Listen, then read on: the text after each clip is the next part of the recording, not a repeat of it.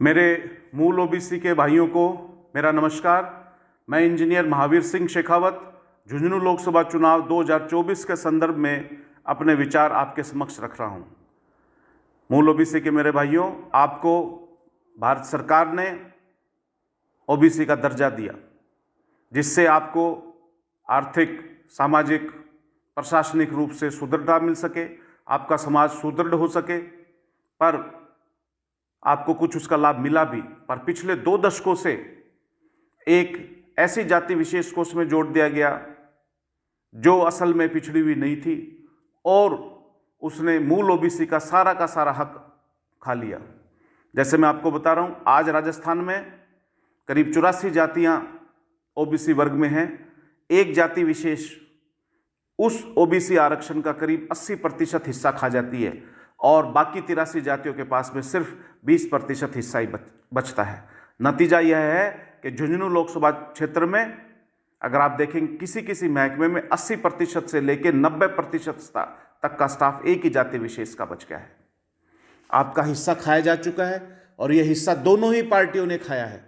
इसमें चाहे भारतीय जनता पार्टी हो चाहे कांग्रेस हो, अब उन्होंने क्या करा है वो आपकी तरफ देख नहीं रहे हैं। क्या आप लोगों का नौकरी का अधिकार नहीं है? क्या आप लोगों के बच्चों को नौकरियां नहीं मिलनी चाहिए? पर वो दोनों ही राजनीतिक पार्टी इस पर कोई गौर नहीं कर रही हैं। और अब आपसे आपका आर्थिक आधार तो उन्होंने छीन ही लिया, अब आपसे आपका राजनीतिक अधिकार भी छीना जा रहा है। पिछले 3 चुनाव से दोनों ही राष्ट्रीय पार्टियां एक जाति विशेष का तुष्टीकरण कर रही है, उसी जाति विशेष को बार बार टिकट दे रही है।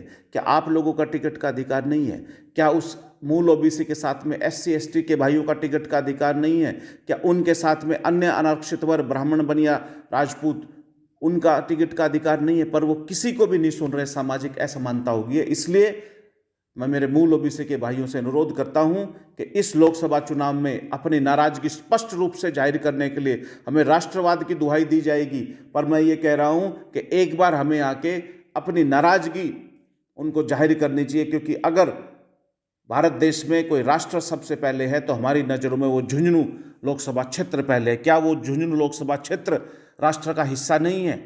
उसके अंदर इतनी असमानता हो रखी है, क्या हमें उसके प्रति नाराजगी जाहिर नहीं करनी चाहिए? तो मेरा आप सब लोगों से अनुरोध है कि क्योंकि दोनों ही राष्ट्रीय पार्टी हमारा तुष्टीकरण कर रही हैं, एक ही जाति विशेष का के लिए वो काम कर रही हैं, उनको हम दिखाई देने बंद हो गए, उनको मूल ओबीसी दिखाई देना बंद हो गया है, उनके अधिकारों की रक्षा नहीं हो रही है। इसलिए हम सबको एक बार 19 अप्रैल को लोकसभा चुनाव में सबसे नीचे वाला बटन नोटा का दबाना चाहिए। नोटा का बटन दबाने का ये फायदा होगा कि हमारी नाराजगी दोनों ही राष्ट्रीय पार्टियों से न सिर्फ राजस्थान में अपितु पूरे भारतवर्ष में बल्कि संपूर्ण विश्व की मीडिया में प्रकाशित होगी। और वो संपूर्ण विश्व की मीडिया चाहे किसी भी सरकार बने, चाहे कोई भी विपक्ष में बैठे, उन दोनों से आके पूछेगी कि आपने मूल ओबीसी के अधिकारों का हनन कैसे करा। और इसलिए मैं आपसे रिक्वेस्ट कर रहा हूं कि झुंझुनू लोकसभा चुनाव में 19 तारीख को सबसे नीचे वाला नोटों का बटन दबाइए। जय हिंद, जय भारत, भारत माता की जय।